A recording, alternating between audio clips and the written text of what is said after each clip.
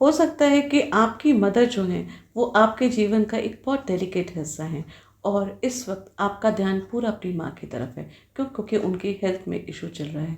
या ये भी हो सकता है कि आपके घर में कोई एक नया व्यक्ति आया है जो कि थोड़ा सा अजीब सा है और आप उसके संग एडजस्ट नहीं कर पा रहे हैं। तो इस तरीके का पैटर्न जो है वो देखने को मिल सकता है, क्योंकि राहु इस समय आपके चतुर्थ भाव में आया है।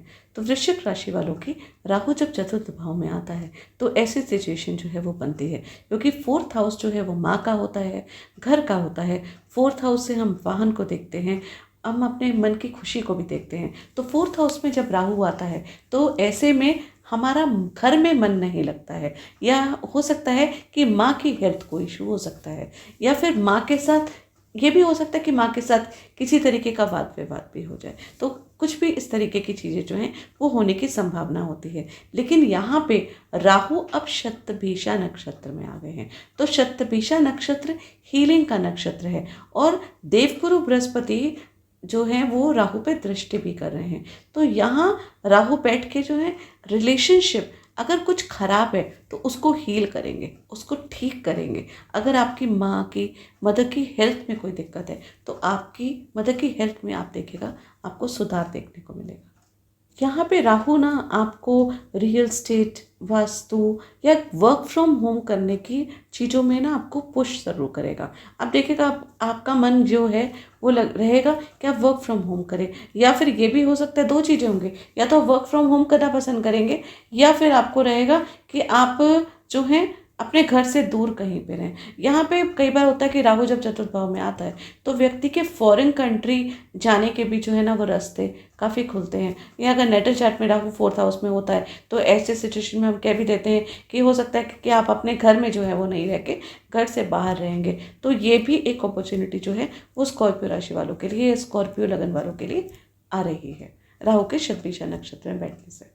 अगर आप होम बेस्ड बिजनेस करते हैं, रियल स्टेट में है, वास्तु कंसल्टेंट है, तो डेफिनेटली, या फिर कोई भी काम ऐसा करते हैं जो कि घर से रिलेटेड है, तो डेफिनेट बात है कि आपको यहाँ पे बहुत ज़्यादा बेनिफिट होगा। और हाँ, ये भी है कि अगर आप फॉरेन कंट्री जाने का सोच रहे हैं या वहाँ सेटल होने का सोच रहे हैं तो इस समय जो स्टार्स हैं वो आपको फेवर करेंगे, आपको बेनिफिट देंगे। एक और आप काम कर सकते हैं, अगर आप वर्क फ्रॉम होम है, मान लीजिए आपकी मदर की सही में हेल्थ ख़राब है और आपकी फैमिली में किसी की हेल्थ में इशू चल रहा है, क्योंकि तो आप इस टाइम अपने घर को तो नहीं चेंज कर सकते हैं, आप कहीं जाना भी नहीं चाहते हैं, आप फॉरेन कंट्री भी नहीं जाना चाहते हैं, आप घर में रह के ही सारी चीज़ें करना चाहते हैं। तो जो आपका वर्क प्लेस है ना, जो घर में, या आपका जो स्लीपिंग प्लेस है जहाँ पे, उसको चेंज कर लीजिए।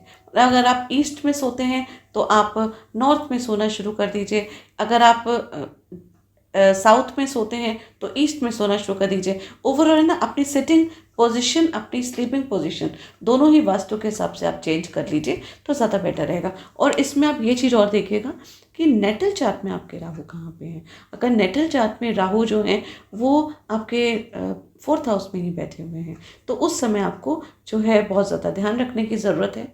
अगर मान लीजिए आपकी पर्सनल नेटल चार्ट में भी राहु फोर्थ हाउस में बैठे हुए हैं, फिर आपकी ये पोजीशन चेंज करने से फ़ायदा नहीं होगा, फिर आपको कुछ डिफरेंट रेमेडी करनी पड़ेगी उसके लिए, अगर ऐसा सिचुएशन है। और अगर आप कोई प्रॉब्लम डील कर रहे हैं, किसी के हेल्थ इशू से आप बहुत ज़्यादा परेशान हैं या कोई मेंटल स्ट्रेस है, तो फिर आप पर्सनली मुझसे कांटेक्ट कर सकते हैं। और राहु जब है ना फोर्थ हाउस में होता है तो ऐसे में घर में मन नहीं लगता है, या घर में कुछ कलह कलेश का वातावरण बना रहता है, या जैसे मैंने बोला कि हेल्थ इशू हो सकता है कि घर में मेंबर की हेल्थ इशू या माँ की तबीयत खराब हो, उसकी वजह से भी हमारा मन जो है वो अशांत रहता है। तो ऐसी सिचुएशन में घर के ऑरा को क्लीन करना बहुत ज़्यादा ज़रूरी होता है। यहाँ पे शतभिषा नक्षत्र में राहु आए हुए हैं, जिसके डेटी जो है वरुण देवता हैं, जो कि वाटर से रिलेटेड हैं।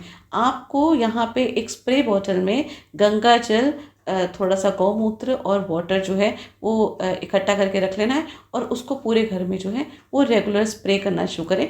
इससे जो है वो पॉजिटिव एनर्जी जो है वो बनी रहेगी आपके घर में, और जो नेगेटिव चीज़ है उसका इफेक्ट कम होगा। राहु जब फोर्थ हाउस में होता है और शतभिषा नक्षत्र में आता है तो कभी कभी क्या होता है कि अनएक्सपेक्टेड कोई गेस्ट भी आपके घर में आ जाता है, या फिर ये भी हो सकता है कि आपकी फैमिली मेम्बर में कोई व्यक्ति है जो कि अपनी अपने कर्म स्थान को चेंज कर रहा हो या अपने वर्क एरिया को चेंज कर रहा हो। राहु फोर्थ हाउस में है, वैसे ही मन थोड़ा सा डिस्टर्ब रहता है। उसके बाद सैटर्न जो है, राहु का डिपॉजिट है, वो भी फिफ्थ हाउस में है। तो फिफ्थ हाउस में सैटर्न होता है, तो यहाँ पे जो खुशियाँ हैं, जो पॉजिटिव चीज़ें, वो थोड़ा सा स्लो डाउन हो जाती हैं, थोड़ा सा धीमी हो जाती हैं।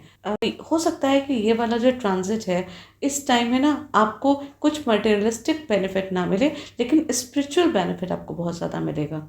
आप अपनी लाइफ में ना स्पिरिचुअल ग्रोथ को देखेंगे। जो इमोशनल स्ट्रेस जो है काफ़ी टाइम से चल रहा था, वो शतभिषा नक्षत्र का राहु में आने से उस चीज़ पे आपको हीलिंग मिलेगी। आपको कोई ना कोई रास्ता मिलेगा जिससे आप अपने मन को शांत कर पाएंगे और आपके घर का जो वातावरण है वो बेटर होगा।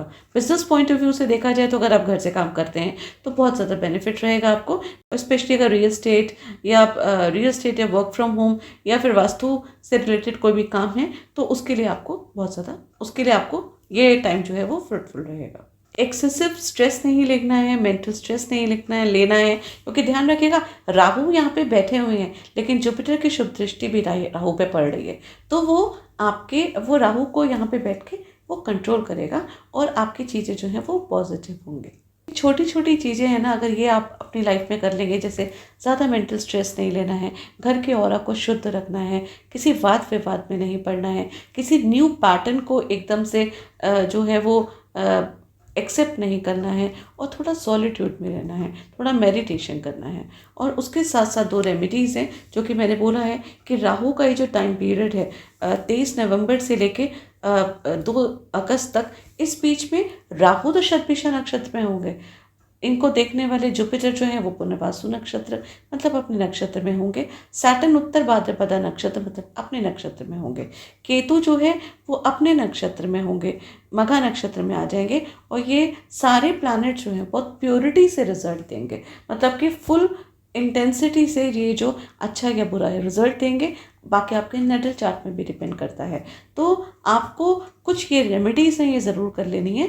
जैसे कि एक सबसे पहली रेमेडी घर के वातावरण को भी सही रखने के लिए, और सब परिवार जो है वो इकट्ठा बैठ के एक दुर्गा सप्तशी का पाठ ज़रूर करें।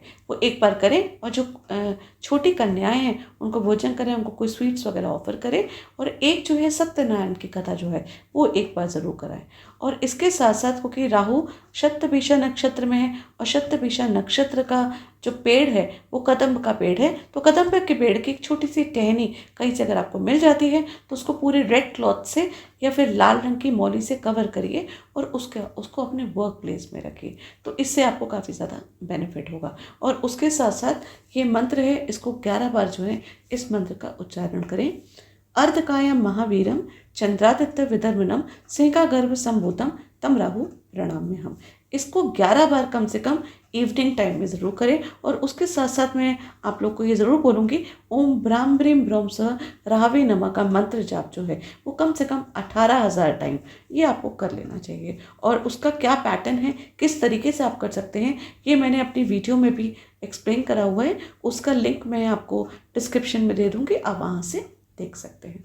एक बार का ध्यान रखिएगा, आप लोगों के लिए जो राहु का फेस है ना, चतुर्थ भाव में जो आ रहा है, ये आपको फॉरेन कनेक्शंस से भी जोड़ेगा, आपको जो पॉजिटिव चीज़ें हैं आपके वर्क प्रोफाइल में वो भी देगा, लेकिन साथ साथ जो घर का जो माहौल है उसमें थोड़ा थोड़ा सा नेगेटिविटी आएगी। तो उस नेगेटिविटी को ओवरकम करने के लिए राहु का अगर आप मंत्र को बराबर करते रहें तो आपकी मदर की भी हेल्थ सही रहेगी और आपके वर्क प्रोफाइल में भी आपको बेनिफिट मिलेगा।